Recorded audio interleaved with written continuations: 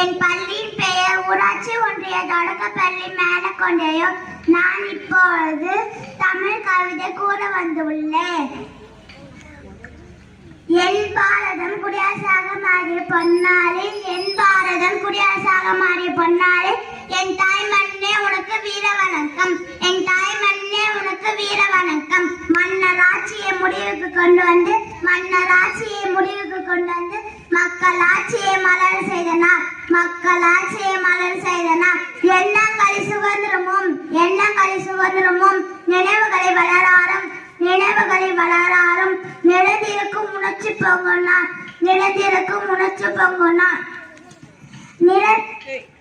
உணர்ச்சி பொங்க நாட்டு பண்பாடி, உணர்ச்சி பொங்கும் நாட்டு பண்பாடி, மெய் சேர்க்க தேசிய கொடியேற்றி, மெய் சேர்க்க தேசிய கொடியேற்றி, இந்திய என பெருமிதம் கொள்ளும் நாள், இந்திய என பெருமிதம் கொள்ளும் நாள்.